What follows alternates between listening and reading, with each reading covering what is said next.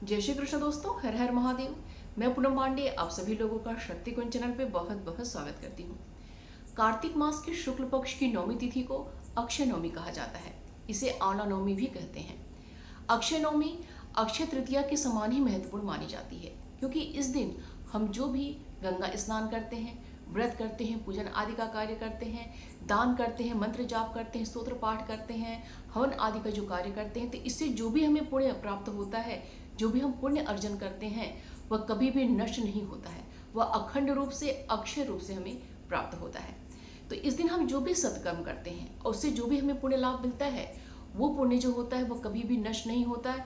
उसका जो लाभ हमें इस जन्म में तो मिलता ही है, बल्कि मरणोपरांत अगले जन्म में भी हमें उसका पुण्य प्राप्त होता है, क्योंकि ये जो पुण्य होता है कभी भी नष्ट नहीं होता है।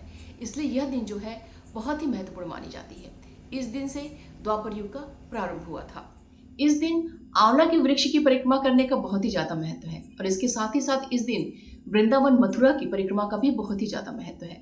इस दिन आंवला के वृक्ष की विधि विधान के संग पूजन अर्चन किया जाता है और उनकी 108 परिक्रमा की जाती है।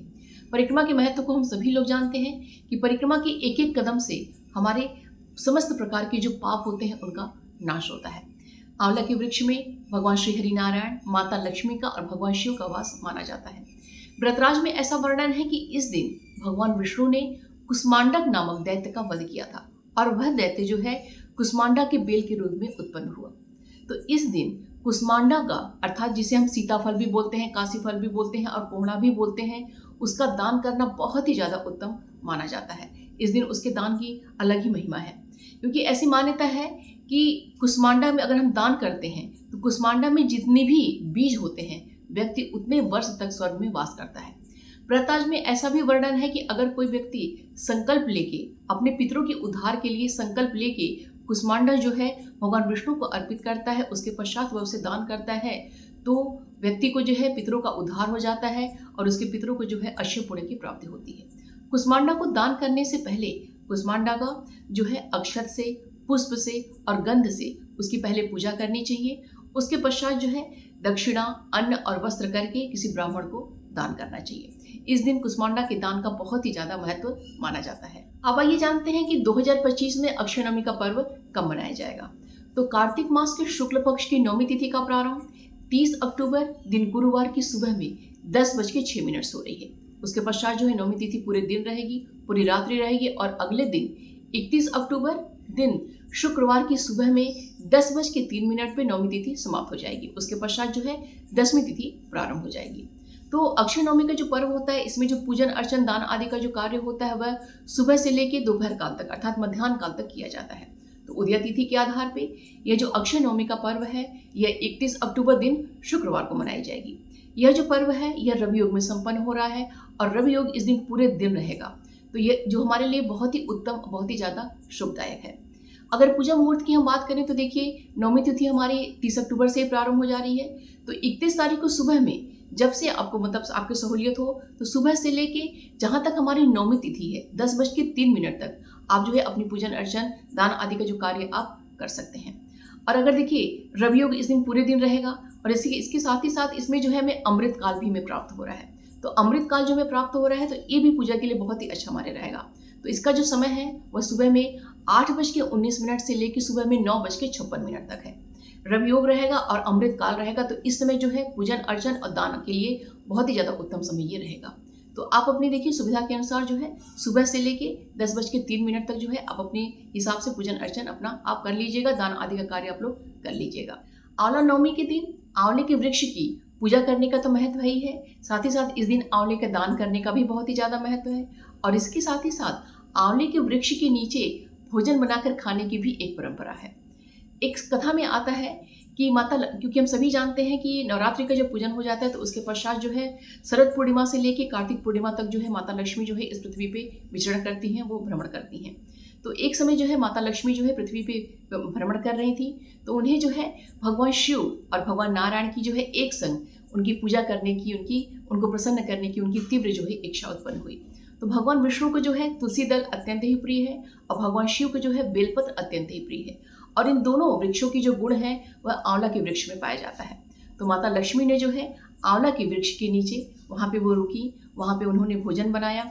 वो जो नैवेद्य है उन्होंने भगवान शिव और नारायण को वहाँ पे आंवले के वृक्ष को जो है अर्पित किया। आंवले के वृक्ष का जो विधि विधान के संग पूजन अर्चन किया और उनकी परिक्रमा की, जिसके स्वरूप जो है हर और हरि जो है बहुत ही प्रसन्न होते हैं और उन्हें आशीर्वाद देते हैं और जगत के कल्याण के लिए वह आशीर्वाद देते हैं कि जो भी कार्तिक शुक्ल पक्ष की नवमी के दिन आंवले के वृक्ष के नीचे आंवले के वृक्ष का पूजन करेगा, परिक्रमा करेगा, इसके नीचे जो है भोजन बना के भोजन ग्रहण करेगा, उसे जो है माता लक्ष्मी की तो कृपा प्राप्त होगी होगी, साथ ही साथ हर और हरि दोनों की कृपा भी प्राप्त होगी।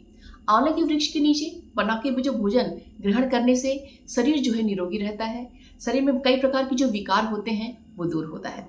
इसके साथ ही साथ आज के दिन जो है आंवला का दीपक बना के आंवला दीपदान करने का भी बहुत ही ज़्यादा महत्व होता है। मैंने देखिए आंवला का दीपक बनाने की विधि मैंने जो है पहले ही 2 वीडियो मैंने अपलोड की हुई है, प्लीज़ आप लोग उसे अवश्य देख लीजिएगा। उसका जो लिंक है मैं डिस्क्रिप्शन में भी दे दूंगी और कमेंट बॉक्स में भी मैं इसका लिंक जो है दे दूंगी।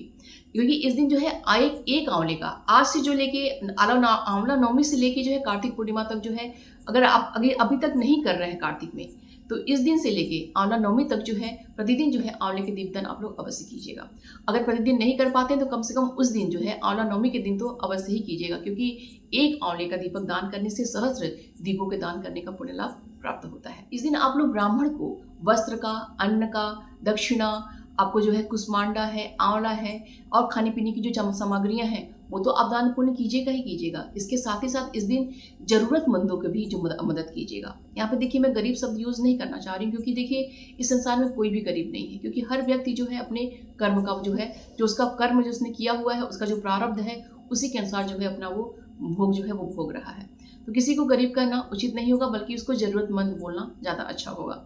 तो आपको अपने आसपास जो भी ऐसा ज़रूरतमंद लगता है उसको जो है पैसे की मदद आप कीजिए, उसको अन्न दान कीजिए, उसको वस्त्र दान कीजिए, क्योंकि इस दिन जो भी आप सत्कर्म करेंगे तो उसका जो भी पुण्य लाभ आपको प्राप्त होगा वो अक्षय रूप से प्राप्त होगा, कभी भी जो है वो पुण्य नष्ट नहीं होगा। ठीक है, इन सब दानों के अलावा इस दिन देखिए धार्मिक पुस्तकों के दान करने का भी बहुत ही ज़्यादा महत्व है, आंवले के वृक्ष का दान करने का बहुत ही ज़्यादा महत्व है, तो इन सभी का भी दान कर सकते हैं। और इसके साथ ही साथ इस दिन जो है सबसे ज़्यादा जो है मंत्र जाप कीजिएगा और जो है नाम जाप कीजिएगा।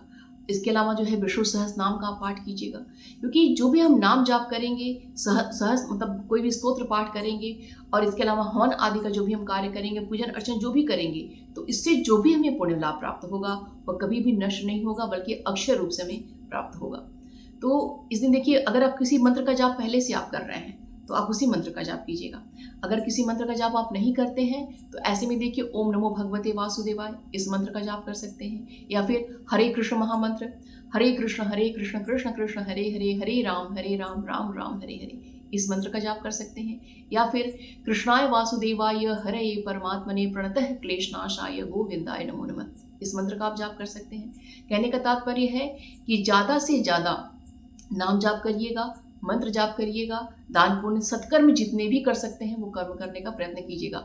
और मैं तो कहूँगी कि जब से अक्षय नवमी शुरू हो रही है आपका 30 तारीख से 10:06 से 30 तारीख को शुरू हो जा रही है, तो वहाँ से ही जो है आपका नाम जाप, मंत्र जाप आदि का कार्य आपका अपना शुरू कर दीजिएगा। ठीक है, और अगले दिन 31 तारीख को जो हमारा जहाँ तक है वहाँ तक जो है आप अपना गंगा स्नान करिए, पूजा पाठ दान आदि का कार्य जो आप लोग कीजिए, क्योंकि इस दिन का किया गया सत्कर्म उससे मिलने वाला पुण्य जो है उसका वर्णन करना कठिन है। ठीक है, क्योंकि इसका जो पुण्य है वो अक्षय रूप से प्राप्त होगा, इस जन्म में भी प्राप्त होगा, अगले जन्म में भी प्राप्त होगा। तो ज़्यादा से ज़्यादा जो है पुण्य अर्जन करने का प्रयत्न आप लोग कीजिएगा।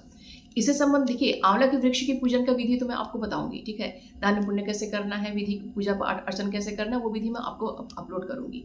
इसके अलावा अन्य भी कोई अगर आपका प्रश्न है तो कमेंट बॉक्स में आपसे पूछिएगा, उसका रिप्लाई करने का मैं प्रयत्न करूंगी। तो प्लीज़ वीडियो को लाइक अवश्य कीजिएगा। आपकी जो भी प्रश्न है कमेंट बॉक्स में पूछिएगा। अपने इष्ट का नाम जो है कमेंट बॉक्स में अवश्य लिखा कीजिए, क्योंकि नाम जो है हमेशा लिखेंगे तो देखिए आपके मन में स्मरण होगा, तो हमेशा जो है आपके अंतर मन में चलने चाहिए। लिखने से भी आप लिखते भी हैं और आपका जो है आपके मन में जो उसका स्मरण भी होता है। तो मिलते हैं अगले वीडियो में। अपना और अपनों का ख्याल रखिएगा। जय श्री कृष्ण, हर हर महादेव।